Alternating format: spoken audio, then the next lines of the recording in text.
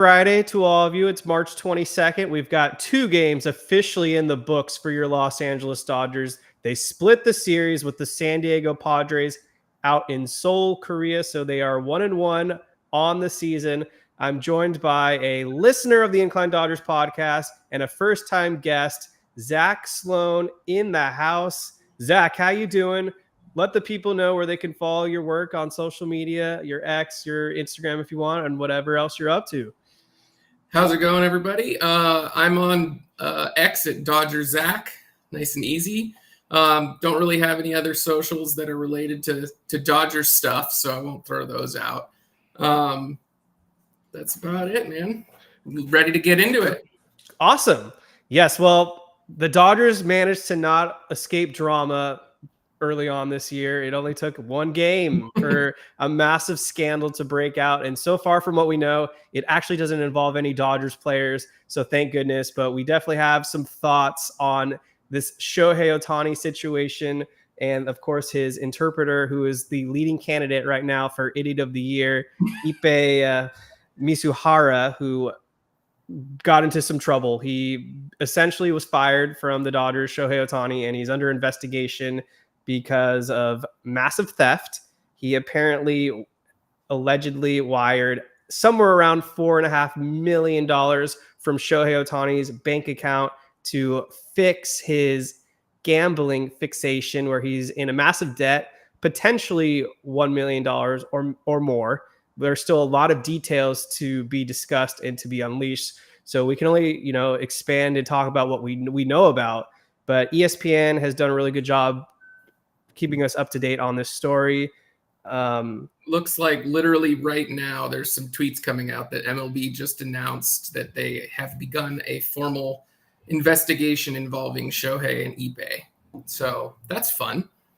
There you go. See, here we are. We're live, 3:00 Friday afternoon. And like Zach said, we got Bob Nightingale tweeting it. We've got Alden Gonzalez of ESPN. And like you said, MLB is going to investigate this situation. So let's hope for the best.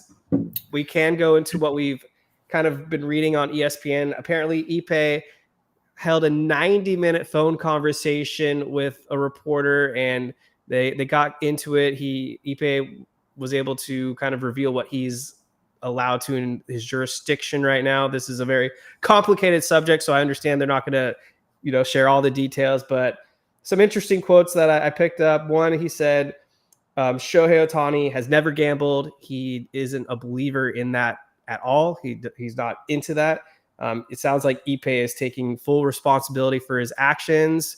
He met a bookie in 2021 at the Angels clubhouse. I guess there was like a poker tournament or something going on, and that's when he connected to Bauer, however you can pronounce it, the bookie, where Ippei was involved in, I guess technically illegal gambling, since in California you can't directly bet on sports. You can do fantasy like DraftKings, but you can't bet on games. And I'm not entirely sure what Ippei was betting on. Seems like from the details that I could find, it wasn't baseball. There's no baseball betting involved at all. It sounds like maybe some World Cup or soccer games was something that Ippei was really high on. Threw out lots of money, like I mentioned earlier, at least $1 million in debt. Somewhere around $4.5 million, I guess, is what he's estimating he lost in sports betting. Yeah, the gist that I got from that ESPN article earlier was that there was two transactions that were flagged that were $500,000 a piece, but it sounds like there may have been more up that totaled the $4.5 million, but it still seems very strange that Shohei didn't know that everything was going on as far as how much money or how much trouble he was in or all this kind of stuff. So I may be in the minority here as a Dodger fan, but I actually welcome an investigation into this if you believe in the character of Shohei. And everything that we've ever heard about Shohei is that, like, the dude just lives, sleeps, breathes baseball. He doesn't do anything else. And so if this can get all of the jockeys on X to stop complaining and calling Shohei a degenerate gambler and that he's throwing Ippei under the bus, like, I'm all for it. Like, let's just clear the air. Let's get to the bottom of it and move past it, because it's so ridiculous to me that anybody would actually think that this is being driven by Shohei. Yeah, I mean, I'll get into it. Like the conspiracy theories that are just being thrown around on the internet right now, it's just been a cesspool of a lot of negativity and toxicity of nonsense. I mean, you've got pretty big platforms that, they should probably just stick to baseball. There's John Boy, who I'm not a hater on him at all. I think he's relatively good in terms of the content he puts out there, but the fact that he just jumped right into it and is basically accusing Shohei Ohtani of knowing what's going on, accusing him of gambling, it seems very salty that maybe he didn't go to his Yankees, this East Coast bias. And then you've got other guys like Jared Carabas, another big baseball guy, also just assuming Ohtani for the worst, a degenerate gambler, losing all his money. And then people like Clay Travis, who I don't really know what his memo is. I don't know if he's a sports guy or a politics guy anymore these days, but he went on to Fox News and he has all these wacky conspiracy theories out. So those are some of the big names that I noticed just being fools. But I've had some personal interactions online that I'll get to in a few minutes as well. But I mean, my goodness, this is just a disaster right now. It seems like it's the world against the Dodgers as usual. You would think that more and more people would want to root for arguably the best player in baseball and, hope for the best and that he's not involved with this. But instead, we're getting the opposite of just conspiracy theories and hoping that he's guilty for whatever reason. It's crazy. Yeah, I have a little bit of family history in dealing with some gambler addicts, and this a noisy Ninja 91 in the comments posted something that was like, it was just perfect. I'm assuming it's a she. She said, LOL, yeah, gambling addict deferred 680 million. And I think that was just like, that's just perfect, because I don't know how many people actually know people with gambling problems, but people with gambling problems don't want to wait to get their money. Now, I get that Shohei makes like $60 million a year or whatever it is on his off the field stuff, but still, like $4 million or $4.5 million to somebody who makes as much as him, it's like nothing. That's like somebody who makes $100,000 a year and they're $4,000 in the hole. I mean, it's not anything significant to Shohei. I mean, it's a lot of money to us, but I think it was Bruno Mars or somebody who has like crazy gambling problems. Yeah, that came up. The kind of stuff that you'd see if it was Shohei gambling. Like, you'd see insane numbers because they have insane amounts of money. Ippei doesn't have insane amounts of money, so it kind of makes more sense based on what we've heard report-wise of what he was getting paid on a yearly basis from the Angels towards the end of his deal with the Angels. Yeah. And Maria G reminded me in the chat as well, Michael K going on a serious rant. Baseball players, athletes regress. I think as a broadcaster, Michael K has certainly regressed as well. Just throwing out these wacky accusations of Shohei Ohtani. I didn't hear this. He wants to already ban him for life. That's one thing. He's demanding that Major League Baseball give him a lifetime ban, and he thinks that Shohei Ohtani definitely was in the know of all this. And I'm trying to remember the exact words that he threw out there, but I think he basically said people like Shohei Ohtani think they're like gods among people so that they can get away with anything, and that he's just been kind of like a Nepo baby to a sense. And it's just been an absolute disgrace, in my opinion. What's going on, Moose? He's saying what's going on to both me and Zach. Hope you're doing well, Moose. Thank you for listening as always. We got Trey B. Yeah, the God complex. That's exactly what he said. Trey B reminded me God complex is what he described Ohtani's mentality is. So want to, of course, appreciate everyone following along on YouTube and on X. We're going to make this very interactive today, even more than usual. So if you've got questions or comments, feel free to drop those below in the YouTube chat. If you want to be generous and drop some super chats and ask us the hard-hitting questions, we'd be more than happy to answer that. We're here to hang for probably the next 50 minutes or so, talking some Dodgers baseball. This Shohei Ohtani stuff is just absolutely wild. Of course, we'll dig into the Korea series as well and share our thoughts on Yoshinobu Yamamoto's first outing as a Dodger and some players' performances. And of course, if you are a longtime follower or you're new to the Incline Dodgers podcast, make sure you're hitting that subscribe and like button. That it really does us some big favors. And we are presented by TickPick and FanSided. So let's see what else is going on in this Shohei Ohtani stuff. I mean, I took some notes here. Don't know if I already mentioned this, but Ohtani's lawyers and representatives are claiming that Ohtani is the victim here. No surprise, he's a victim of theft. And I want to talk about just the awkward timing of this, because like I said a few minutes ago, this happened after game one. So we had some before and after pictures, like Ohtani with Ippei, his wife, I believe Yamamoto, and maybe one other interpreter or athletic trainer was in that photo, and they were all smiles. Everyone looked happy. And then, of course, we have the first game. Ippei and Shohei are next to each other in the Dodgers dugout. All looks well. Game ends, and then maybe like 1 or 2 hours later, bam, we get hit with this big news. So I don't know if this was like the best poker face of all time between Ohtani and Ippei about nothing going on. That was just very strange to me. I don't know if you had any thoughts on like the images and videos of that. Yeah, I think that the latest ESPN article that laid out like in the timeline sense of everything that came to ESPN and that was known, and the fact that it sounded like Shohei was very blindsided by all of this when Ippei announced it to the clubhouse. Seems to make sense to me that Shohei may have known that something was amiss, that Ippei had gambled and lost a lot of money, and maybe even that Shohei helped him, but maybe not to the extent, and that it was going to be as bad as he thought. And the fact that he was asking a bunch of questions afterwards, it just, yeah, I agree though. The timing is really suspicious. Like it's a very suspicious kind of drop when it's probably the last thing that MLB wanted when they're trying to highlight what's going on.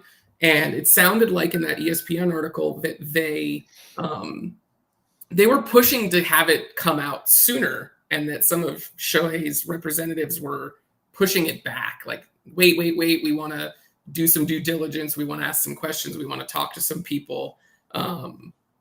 It's all just, it seems so crazy to me that it's blown up to the extent that it's blown up. I think that everybody wants to make it a bigger story than it probably is. It's probably just a degenerate gambler who kind of lost his way and went crazy and didn't want to share with somebody he considered like a brother what was going on, but didn't know how to get himself out. Mm-hmm. And for anybody who knows gamblers, that's a really, really, really hard thing to do, is to get yourself out of a hole once you're in it, because instinctively as humans, we want to just, we'll go bigger next time and that'll get me out of the hole. And then you're in a bigger hole, and then you just keep repeating the same cycle. And it's like, it sounds to me like Ippei is just really screwed. That's just from my perspective. I'm trying not to be a Dodgers homer about all of this, but like, it really truly does feel like Ippei is going to be lucky if he stays out of jail. And, you have the IRS involved now, you have MLB involved now, like whatever details are in here are going to come out at some point. There's too many big investigative bodies that are looking into it now to do anything. And the last thing I wanted to say is, and you probably could corroborate this since you work in finance, I have a lot of clients who are very wealthy as well. And I have some clients that are accountants, and the people that have Shohei level money don't look at their money. Yeah. Other people they just say, I'm going to buy this. Here's my credit card. And then somebody else takes care of it. If I want to buy something expensive, I call my accountant and I say, wire this money to so-and-so. And various different people have access to your money. That's just kind of the nature of what happens when you're that wealthy. So my biggest thing with the whole thing is just figuring out whether Ippei had that access. If he had that access, it kind of all makes sense. And it's like, okay, he just did it himself. He took it upon himself to do it, figured it's a small enough amount of money in the scheme of what Shohei makes that it won't get noticed and it won't get found. And let's hope for the best, because I'm a degen gambler who doesn't know any better, can't find himself out of this hole. Yeah, so shout out to Scott Strong, who was the one that posted that viral Michael K clip. So thank you for your good service. That was a hell of a clip to post. And I agree with you 100%. I'm glad you brought up the finance stuff, because like you said, I'm also in that sector. And I think a lot of people that don't work in this industry, the average people like you and myself who kind of more live probably paycheck to paycheck, where we are monitoring our money, we would obviously notice if there was a big lump sum slipping through the cracks. But like you just mentioned, the wealthy clients, especially someone like Shohei Ohtani, who he's making what, $50 to $75 million a year at least. I think the last I saw was like 60 or 65. Exactly. Outside of baseball, not including So whatever he's making from the Dodgers. Yeah. Right. And he's been an athlete for in the major leagues levels for 7 or 8 years now. So he's got to have at least over $100 million in savings or in investments consolidated. And so for us, like, we're going to notice if $1 million to $4 million range, it's varying information. We would obviously notice if that's missing. But for someone like Ohtani, they're not going to notice that it's missing. Because like you said, wealthy people, there are some that will, but there's a large amount out there that they don't really check their savings, their holdings often. They might check it once a quarter. And so if this happened, I think what they say, September or November range, when Ippei allegedly took this out, guess what time of the year we are right now? It's tax season. It's tax season. So this is where people start to check their holdings. And so it doesn't surprise me that all these months went by and now he notices, because if let's say he has 104, let's say he's supposed to have 104 million, but he only has 100 million. It's pretty easy for someone to not notice that $4 million is missing for a couple months until they actually do a deep dive and they look at the transactions and notice, hey, what's this funky wire that went out for 1 to 4 million or whatever? So totally, people need to just chill the hell out. Like, this is how it goes, people. So the conspiracy theories that are just floating all over right now, it's honestly just it's an outcry. Like, shut up. Like, let the people do their job. They're going to investigate this. Now that we know that MLB is involved as well, like, we're going to get our answers. It's going to take some time. Edward asking, will Ohtani be on admin leave? I mean, that's a fair question. But no, I cannot see a scenario where the Dodgers are going to place him on administrative leave, because this isn't domestic violence or anything. And he didn't do anything wrong, at least to the extent that we know. Yeah. Yeah. And just to respond to Galagos fams, 500K isn't small.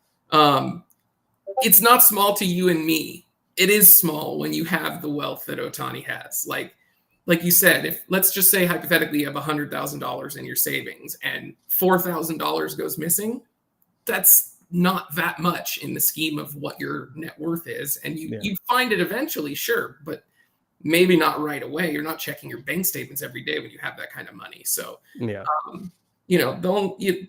thing is, like, it sounds like just Ippei had control of all of the information that, like, the initial story that came out, it was like all driven by Ippei. And it was like, first he said this, then he recanted and said, no, I was lying. So it's like, do you believe the original statement? Do you believe the new updated statement? And how can you believe one or the other? There's no way to know at this point what's true and what's not true. You have to wait. And that's why this whole story and how it's gotten blown out of proportion seems crazy to me, because it's like, it's like a he said, she said, but it's like, it's the same person's story on both sides. So you don't know who to believe. But in both stories, Ippei said, this wasn't Ohtani. This was me. Yeah. And so the fact that that's like the only consistent thing that he said in both of his stories, to me says, I don't think that there's any problem. That's why I said I welcome the investigation, because I don't think they're going to find anything wrong with Shohei. Every story we've heard since he was an Angel, since before he was an Angel, was this dude lives, breathes, eats baseball. He doesn't do anything else. Apparently, he dates a woman and marries her, but like outside of that, all of his teammates on the Angels said that all he would ever do is watch video and study baseball and do baseball related training. And when does he have time to gamble like this? Right. Yeah, and Ohtani's the victim here, so they're not going to suspend someone that is currently in the victim role. That would just be outrageous, honestly. I did see CB saying he is here for Clover. Clover is currently napping. I don't know if I can tilt my screen so you can see him. Let's see if this works. There he is. Oh. Hopefully you're there, CB. There's Clover. He is just chilling. I'll give you 5 more seconds to just appreciate him. All the viewers out there. So yeah, there he is. You're welcome. Can we get Lucy on for a little guest spot here? Since we're doing dogs? You can bring on the dogs. They are always invited. Come here. Come on. Come on. Come on. Look over here. Look over here. Yes. This is Lucy. Dog party. Yes. She was sleeping at my feet, so she's tired. Yeah, I mean, I don't have much else to add for this whole Ippei Ohtani saga, but goddamn, I just wish this didn't happen this early on in the season. Now it's going to be a narrative all year long. If Ohtani falls into a slump, they're going to blame it on this gambling stuff, and people will have more conspiracy theories. So just another target on the Dodgers' back. My biggest question is, how did Ippei get home? If he flew with the Dodgers, who paid for his flight? If he's broke, did he have to train back somewhere? Is he on a boat right now? Is he still stuck in Korea? Maybe he's still in Korea. I don't know. I would be willing to bet that he figured a way to get back, because if he doesn't get back, it's going to be hard to charge him. So like Shohei may have said, just put it on my tab, get him home.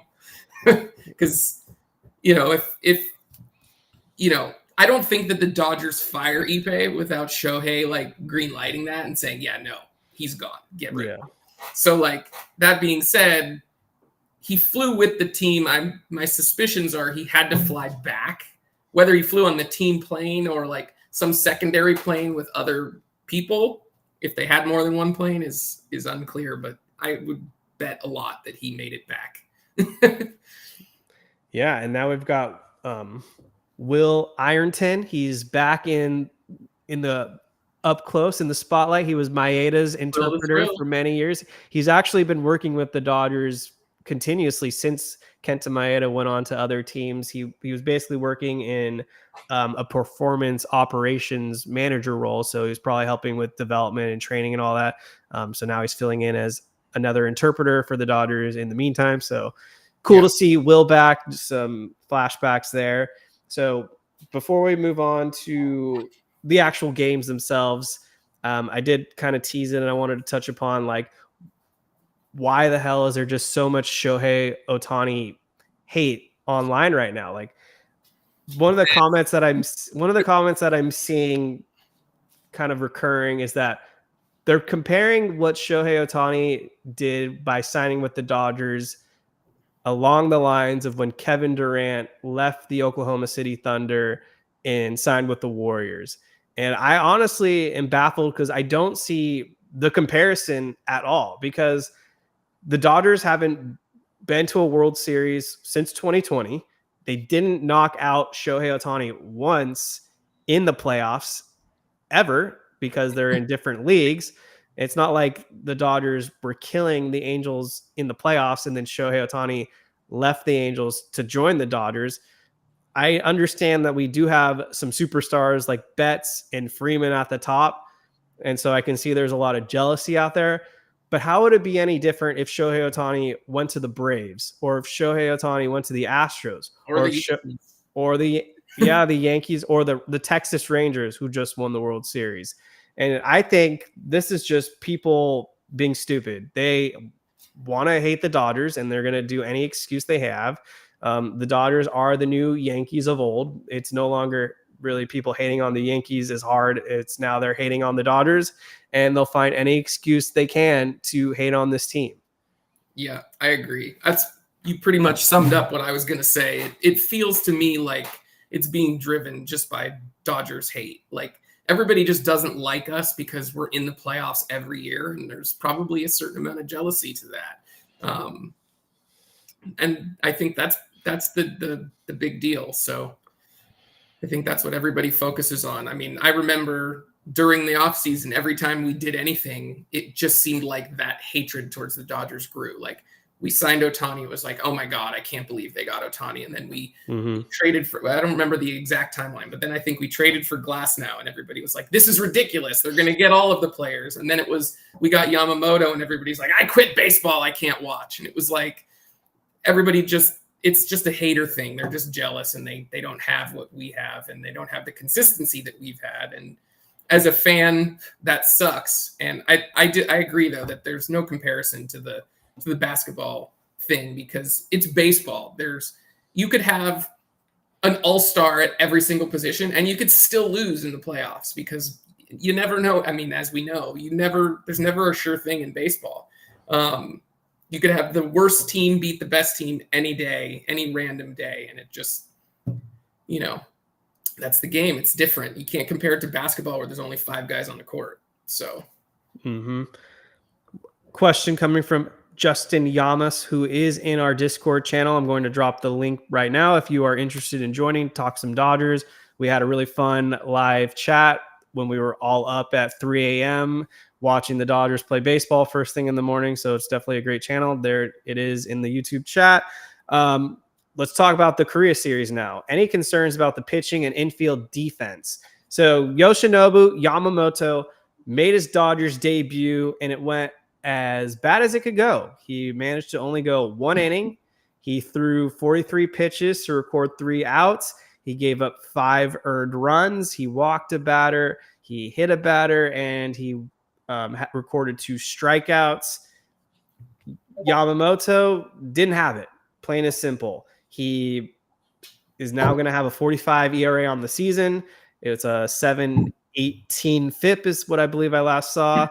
He didn't look composed, to say the least.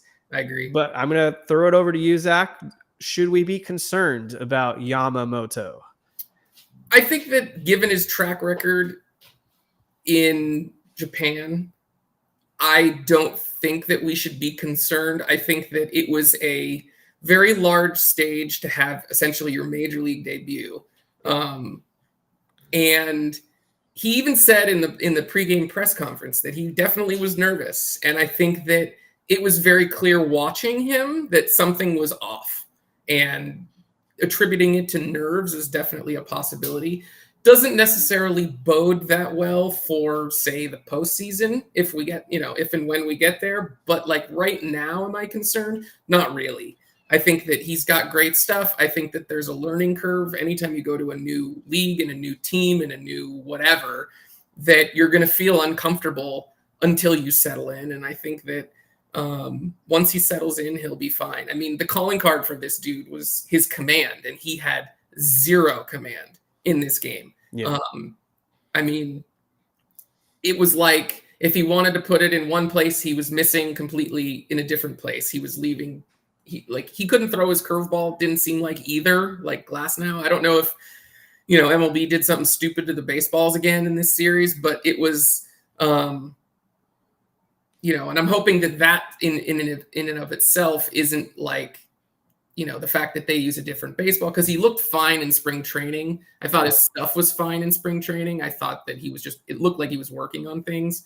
I'm not super concerned about Yamamoto. I am a little bit more concerned about our infield defense than I am about Yamamoto. Yeah, we'll definitely get to that. I would put my concern level at a 0.5 for Yamamoto out of 10. I am not concerned at all. Like Zach said, I don't even think he threw a single good curveball for a strike. I can't even remember one. The splitter really didn't have much movement on it at all. He for sure left a hanging splitter to Cronenworth, which resulted in a 2-run triple. And then he was just all over the sorry, what was that? His hit by pitch was on a splitter too. Like it was moving to the side, like into a righty as opposed to down. Like it was just not good. Yeah, he was just all over the place, and he just did not have good command. I mean, honestly, it could have gone a lot worse as well. It's not like he was giving up home runs. So when I see a pitcher giving up home runs, that's when I'm more concerned. But the fact that he was still able to keep it in the park, and it was just more of command issues, not really stuff that was the issue.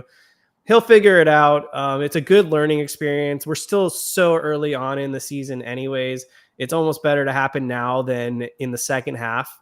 Mhm. So this is basically an extended spring training because they had to start early. This was only Yamamoto's fourth outing, the first official. He had 3 spring training, looked bad in the previous 2, and then this one. But yeah, I'm not concerned.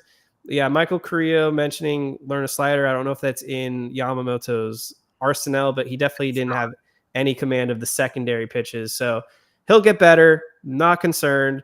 But yeah, the infield defense was absolutely about as bad as advertised in game 2. Max Muncy had 2 errors, so he was the big culprit here. I mean, everyone's aware of Max Muncy's defensive woes. It was really loud in 2023 where he was super inconsistent and unreliable. And after a pretty impressive spring training coming in great shape, he looked terrible in this series. Not only defensively, but at the plate. He left like 7 or 8 runners on base. He struck out at least once with the bases loaded. He failed again with, I believe, 2 on. And then in the second game, he was basically useless as well. Max Muncy looks like he's on a mission right now to lead the league in runners stranded on the base paths because he's definitely high up there right now. And as a result of Muncy's bad defense, I mean, it not only extended the inning, but runs were scoring too as a contributor. So right now, Max Muncy definitely a concern, I think, defensively at third. Yeah, I agree. My biggest concern about Muncy is last year started very similarly, right? Like we're like, okay, Muncy's going to be our everyday third baseman now because that's the only spot for him to play, essentially. And he had a few defensive miscues early in the season, and he even said, I think it was in the beginning of spring training, that he spiraled a little bit because of that. And it makes me question it because it's like, okay, is this time going to be different? What's he going to do to keep himself from spiraling this time? And is the spiraling on his defense, did that contribute to his slow start offensively last year? And then is that going to contribute? Is it going to spill over to his offense again this year? And it's kind of like, I love Muncy. I love the dude. I want him to do good. He's so important to this team. But if he can't, like, I know that I've heard Friedman before say that a lot of times they do things like in thirds or quarters. So I would be hard pressed to believe that they do anything about Muncy for at least the first 2 months of the season. But it could be very painful to watch if it's the same kind of thing that happened last year. I'm not super excited about watching that. But on the flip side, Lux actually didn't look too bad. I mean, he turned I think there was a few double plays in there. He was still doing that weird sidearm throwing thing, which I don't understand, but at least, his throws were decent enough that I wasn't worried that Freddie was going to get like run over in the baseline trying to make a, backhanded pick up the, into the runner or something like that. So that was good. Yeah, Noisy Ninja 91 is right there with you in terms of the defense carrying over into the at-bats. Muncy just did not look in sync at all. He was pretty bad in that series. And yeah, Gavin Lux was good so far defensively. Wasn't really much demanded of him. He got pretty much routine plays. And for Mookie Betts at shortstop, I mean, he was fine. He didn't blow me away either defensively. But this is what is going to be the theme for the Dodgers to monitor all first half is that infield defense. And in the second game, it definitely, you could argue, was one of the contributing factors as to why they lost that game. Obviously, the other reasons was Yamamoto only going 1 inning. But on top of that, to make matters even worse, Michael Grove looked terrible. He gave up 3 runs. I mean, I don't know how many times I have to say it, but why the heck is Michael Grove on this Dodgers team? I don't know what type of dirty laundry he has on this organization, but we can't seem to get rid of him. He's not good. I don't believe in him at all. And I know that he's had his moments of brilliance where he's looked excellent, But for the most part, this guy has just been mediocre throughout his Dodgers tenure, and he's going to still be on the opening day roster as things stand. JP Fireisen, who has been rough this spring training, was also rough in his Dodgers debut, gave up a 3-run bomb to Manny Machado, and that was basically the icing on the cake at that point. The Dodgers were able to claw their way back miraculously. I think they were down 9-2 at one point, and they fought back. But Fireisen gave up that 3-run bomb that was in the later innings that sealed the deal. He's been optioned to AAA. I looked in the Dodgers transaction logs. He got optioned. Knack and Varland got optioned, and so we know the 13 right now. It's Glasnow, Yamamoto, Miller, Paxton, Stone, Brazier, Grove, Hudson, Hurt, Kelly, Phillips, Vesia, Yarbrough is what the Dodgers look like they're rolling with for opening day. But yeah, the pitching was bad, and Moose 132. Grove should be bagging groceries. Absolutely. But even if he's bagging groceries, he would still find a way to give up a home run. He's just been horrendous. Grove reminds me of Mitch White. Like, he's the same kind of pitcher. Has these flashes where you're like, oh, he could be pretty good. I could see what's going on here. I could see maybe why the Dodgers front office don't want to let him go, whatever. But then he comes out and has a game like he had the other day, and he just got teed off on, and it's brutal to watch sometimes. And I'm with you. I think that they either need to, if he has options, I don't know if he does, but if he has options, they need to send him down. If he doesn't, he either needs to be strictly a 1-inning reliever, or he needs to be traded or let go. Cause it's just, I don't think he's a starter in the major leagues. I think maybe in AAA he could, or quad A kind of thing, but in the big leagues, I don't think so. I think he could be a fastball slider guy in a 1-inning role and be okay. But anything more than that, I think you're just asking too much. Yeah, but my buddy Chris Camello asking what the status of Blake Trinan is. He is currently on the IL due to that bruised lung, so he'll be out at least maybe one more week, and he should be back into the Dodgers bullpen mix with Trinan and Gratterall currently sidelined. I guess that's why we have Michael Grove on the roster right now, but hopefully when those guys come back and healthy, Grove will get optioned down because he adds no value to this team. Like, I'm just sick of this. I mean, I get it. The Dodgers used their good relievers in the first game because they were in a high leverage close game. And it makes no sense to pitch these guys on back-to-back nights, especially this early on in the season when you have a bullpen of 5 other guys that are available. You got to use them. Yep. Keep everyone fresh. So it falls on Grove. It falls on Fireisen.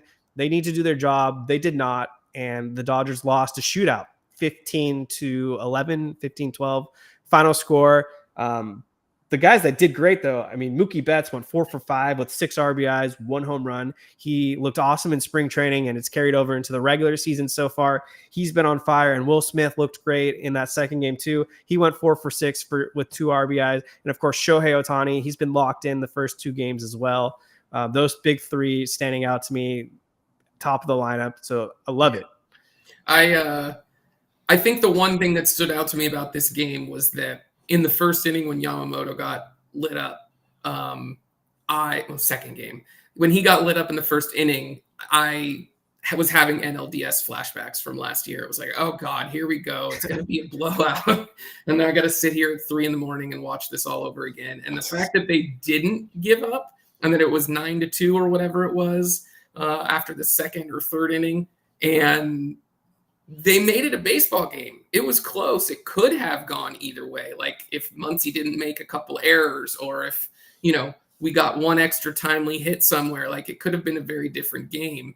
But I think, that we put up 11 or 12, I don't even remember exactly what it was, runs, and Freeman didn't even do anything is kind of scary. Like, he'll get it going. We all know that he'll get it going. But I think my favorite thing about this series is that Will Smith looks the way that Will Smith looks, because especially with Muncy, who is struggling, Will Smith is my favorite hitter to watch on the Dodgers. He's just such a pure hitter. Everything he does is so good. His eye is good, his plate discipline. And, he hits the ball hard. He hits the ball in the air. I just, everything about his swing I love. And so like last year when he would, it was very up and down. It was it was tough to watch sometimes, and it was really nice to see that he's coming out and doing well this year. I think we all know that guys like Mookie and Shohei and Freddie and those three are going to do their thing. They always do their thing.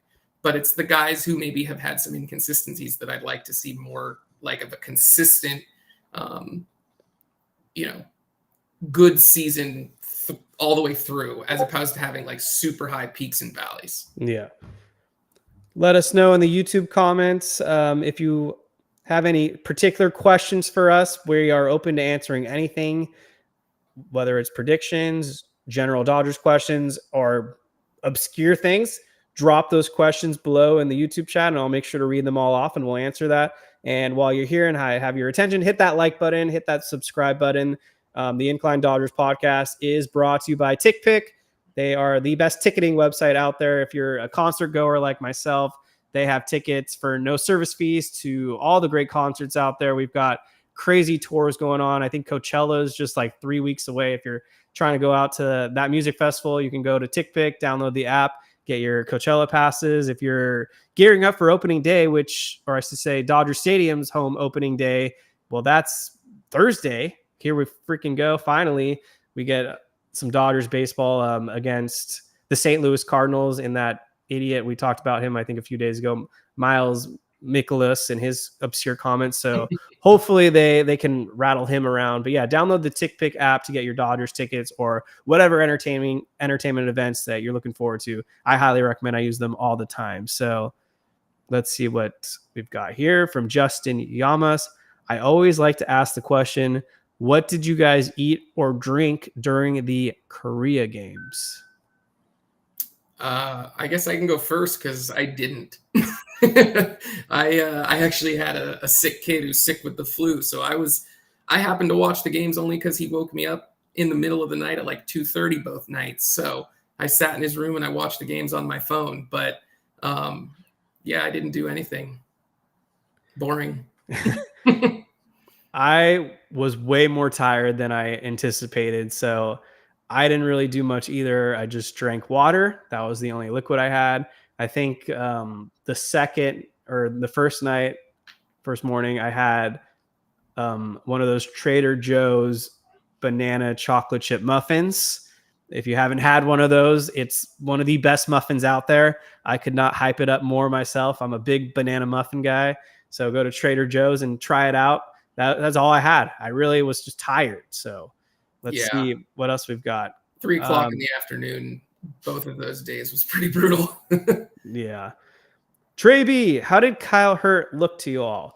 In terms of Kyle Hurt as a whole, I've been feeling for a while now, he deserves to be on this opening day roster. He blew me away in spring training, and the glimpses that we saw last season from Kyle Hurt, this guy has incredible stuff. He has high velocity. He has a pretty awesome slider as well. He could be like a Caleb Ferguson when he's on, or like a Josh Hader light guy out of the bullpen. Don't do him the disservice of calling him Caleb Ferguson.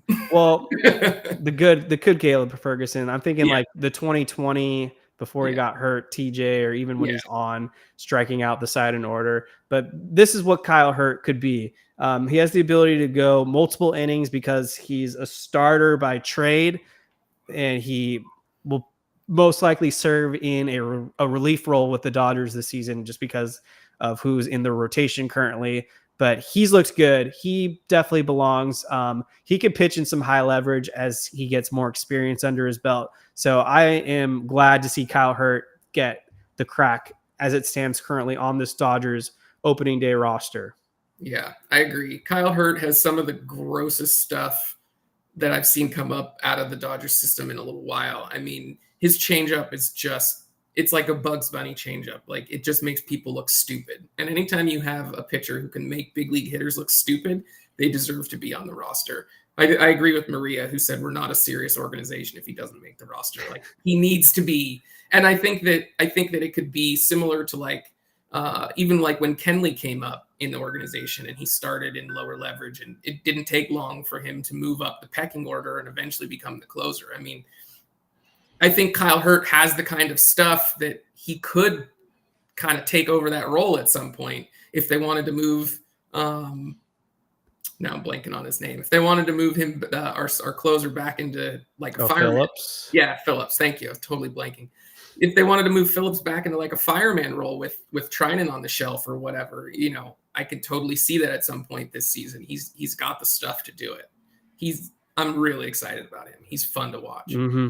Noisy Ninja 91. Are we going to have all the starters in the Angels games? Yeah, I mean, I believe Bobby Miller's lined up to pitch in one of those. I think Paxton as well.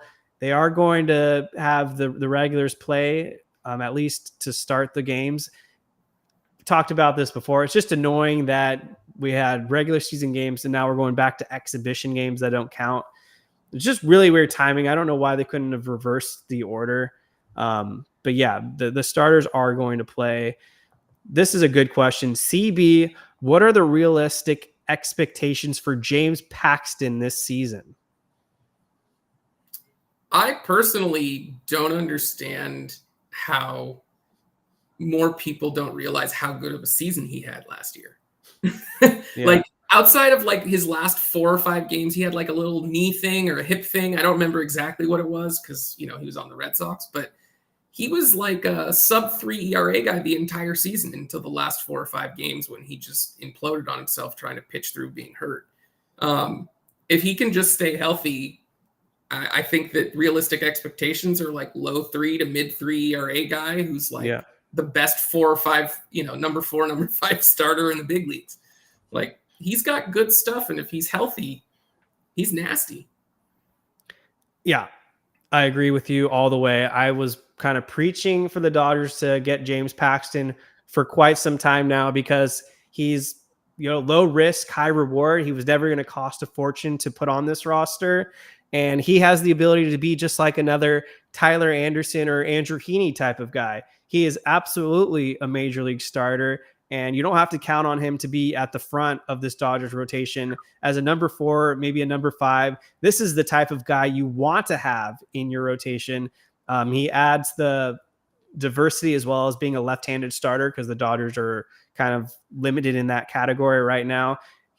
For a lefty, he still throws hard. I would say anywhere from 95 to 97 is what you can expect from James Paxton. And he has really good secondary pitches. So like a lot of starters, a lot of players in the Dodgers organization, it just comes down to, can he stay healthy? Because if he is going to stay healthy, he's going to be someone that I think Dodger fans are going to start to really like pretty early on. He has the makeup. He's a really good pitcher. There's a reason that he's been around for as long as he has. He just needs to be on the mound. It's as simple as that.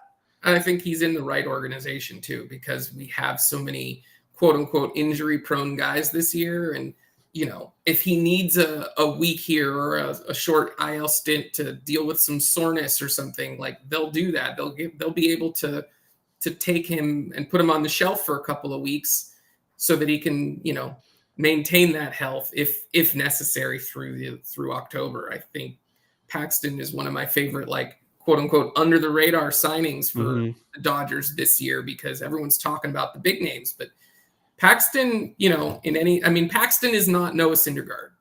He's not that guy. We saw last year, he's still got that stuff. So I'm excited about him. Yeah. And he could be a force out of the bullpen too in the postseason if the Dodgers have their guys lined up. Michael Carrillo, since Yuri Perez isn't going to start the season, can we pencil in the Dodgers trading for Tanner Scott at the trade deadline? The Marlins are going to be bad this season.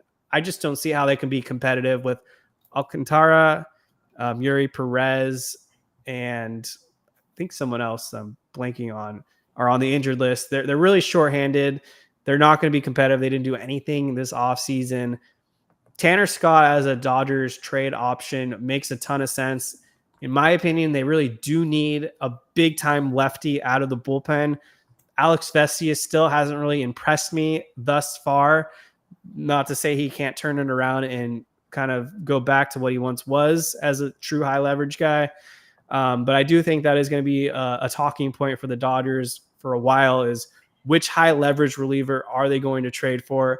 Because I do think at some point they could use especially a good lefty out of the pen. We saw how the teams attacked the Dodgers, or I should say the Padres. They just went with a ton of lefties, and I think that's how the Dodgers are probably going to have to counter.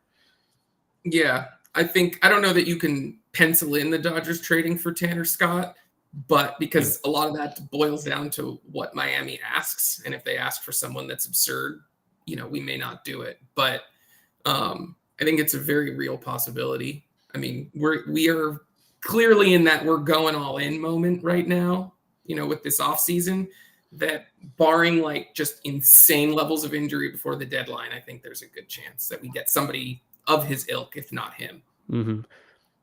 IV, what were your thoughts on that throw from James Outman to first with nobody there? Is that on him or Freeman or both? I think that's definitely on James Outman. They gave him the air. I don't think we need to really be concerned about James Outman's defense. I just think that was a miscue bonehead move on him. I can live with some throwing errors as long as he's making the catches out there. I have no reason to be concerned. What about you, Zach? Yeah, I agree. I think that, Outman's still young. I don't even know how much center field he played before, breaking camp as our center fielder last year. So there's going to still be a little bit of learning curve there, and he'll figure it out. He's too good of an athlete and too good of a player. Maria G, who is going to pay Jordan Montgomery? He is, I believe, the only big Boris client left out there on the open market. JD Martinez is off to the New York Mets. Blake Snell is now with the San Francisco Giants. Who do you think will pay Jordan Montgomery, who is still a free agent? This one baffles me this offseason, and it's I still think the Yankees are a definite possibility for Montgomery. I just don't know how much he wants to go back there from what I've heard, because he was on the Yankees before, and I don't think he really loved his time there. But he's not going to get the money that he wants, clearly. Otherwise, he would have signed already. So it's kind of like, okay, if you're going to take a pillow deal, is there a team you can win on? I don't know. I mean, all offseason, I thought the Rangers were a great fit for him to go back. But they don't seem to have the money with the regional sports network shenanigans going on. So I really don't know. And I don't know at this point whether it's Montgomery not liking the teams that have made him offers or not liking the dollars that have been offered. Yeah. I don't think with the Rangers, adding Lorenzen, that probably means they're out. I'm just going to say I think he ends up with the Boston Red Sox. They just announced their opening day rotation, and it looks really bad. And maybe you don't think of it as a way of like they're competing this year, but if you sign Montgomery to a multi-year contract, you have him for 2025 or 2026 when they actually could be competitive. And so that's why I think Montgomery would be a good stabilizing force to add to their starting rotation. And that's it for the questions right now. So get those final questions in because we're logging off soon. So Zach, is there anything else you wanted to cover, or any miscellaneous topics you want to throw out there, or any takes? I don't know. I thought that the Korea series in general was fun. I like that the lineup looks pretty solid. I thought that Jason Hayward, who we don't talk about very much, looked pretty good. It was interesting to see like when Doc was pinch hitting, is kind of what we thought. Pretty much like when that starter comes out, he's going to start mixing and matching his outfielders. I guess what the only thing that I'm looking forward to going forward is seeing what Stone looks like in games that count. Mm-hmm. I'm still really excited about Stone because last year he didn't have his command, and that was kind of always his calling card coming up. And he looks like he's dialed in right now, and he looks like he has great command. But he also did last spring. So yeah. Stone is one of the things I'm looking forward to. But just I it feels like Debbie Downer-ish going backwards to spring training, like you mentioned. So I'm just ready for the regular season to get going and looking to see them get into, some sort of consistent role. And I think it's going to be a lot of fun. I think in general, Dodger fans always think October, nothing serious until October. And I think we miss a lot of the fun of the season. And I think this season has the possibilities of being one of the most fun seasons that you can watch. And I think that as Dodger fans, we need to appreciate the regular season this year, especially because we have so much talent up and down every part of our roster that sometimes we nitpick at the parts that are weak, but the parts that are weak on our team are probably strengths on other teams. Like, we're talking about Michael Grove. There's probably some teams that would like Michael Grove, but they should trade Michael Grove for anything they can get. Yeah, and then also Walker Buehler coming back. I'm excited to see what Buehler does when he comes back. And I still think that the whole reason he's not starting the season is just to limit his innings because they want him in October. Yeah, seen him in October, and they don't want to have to like shut him down in the middle of the year. They just want him to be able to get right through. That makes sense. So. Walker Buehler went on a podcast that he is a recurring guest on, and he said he topped out at 97 miles per hour in his last throwing session, which would be insane if the Dodgers can get 97 mile per hour Walker Buehler back into their rotation. But that's also non-adrenaline fueled Walker Buehler. So like he's probably got another tick or two in there when he gets on a big league mound and the adrenaline starts pumping. So Buehler is exciting. Can't wait for him to be back. He was missed last year big time. Yeah, I'm excited. So my final thoughts, first off, to tease, we'll have Jake and David back on soon. We're going to preview the Dodgers 2024 season and throw out all our predictions and hot takes. But I'll just kind of highlight that I think the NL West is going to be really good this season. I think there's 4 teams that are going to finish above 500. The Rockies obviously are like the clown of this mix. They're not a threat, but I think San Diego Padres are going to be better than people are anticipating. I think the San Francisco Giants, they've actually had a low-key kind of good offseason, and I do think it's enough for the Giants to hover around 500 and maybe even potentially be one of those final wildcard spots. And then the Arizona Diamondbacks, who I was not impressed with what they did at all this offseason, but I still expect them to finish above 500. But those 3 teams are going to definitely be a threat to the Dodgers, not to take the division, but they could be in the playoffs, and they're going to be tough outs. I don't think any of these teams are tough outs like they have been in years past. Yeah, I'd agree with you there. One of the commenters just asked, what point month-wise would you guys worry about Yamamoto if he has any more poor performances? I would say 2 months. I'd say if he's got an ERA at of 9 after 2 months, I would probably start to get a little concerned. But like the Dodgers invested how many years into this guy? Like it's, Trevor Bauer, I'm sorry, Yu Darvish and Kodai Senga and like some of these other Japanese pitchers who've come over, they all kind of started a little slow. They all had their blowups. And I think it's just the learning curve of coming to a new country. And I think that we can't necessarily expect him to just jump right in and be, Clayton Kershaw-esque, like vintage Kershaw in his first start and think everything's going to be like that forever. So known Japanese pitcher, Trevor Bauer. It was a brain fart right there. Sorry, Michael. I appreciate the question, but it's way too early to talk about deadline. We can have more of those discussions later on. Let's just get to opening day first. Maybe the Dodgers aren't even done. We'll see. Maybe they make one more move before March 28th. Is that an opening day? I think so. Regardless, thank you guys so much for listening again. Zach making his Incline debut. Thank you so much, Zach, for hopping on. Hope you had a good time.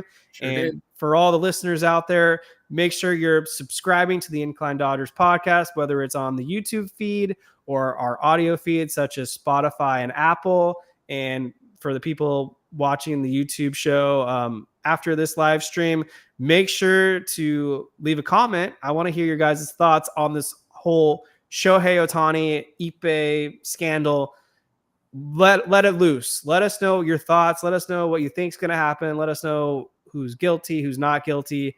You can leave an unfiltered comment and we'll interact and have fun with it. So thank you guys. We'll be back in just a few days talking more Dodgers baseball. But in the meantime, Kevin Klein, Zach signing off. Have a great weekend, everyone, and go Dodgers.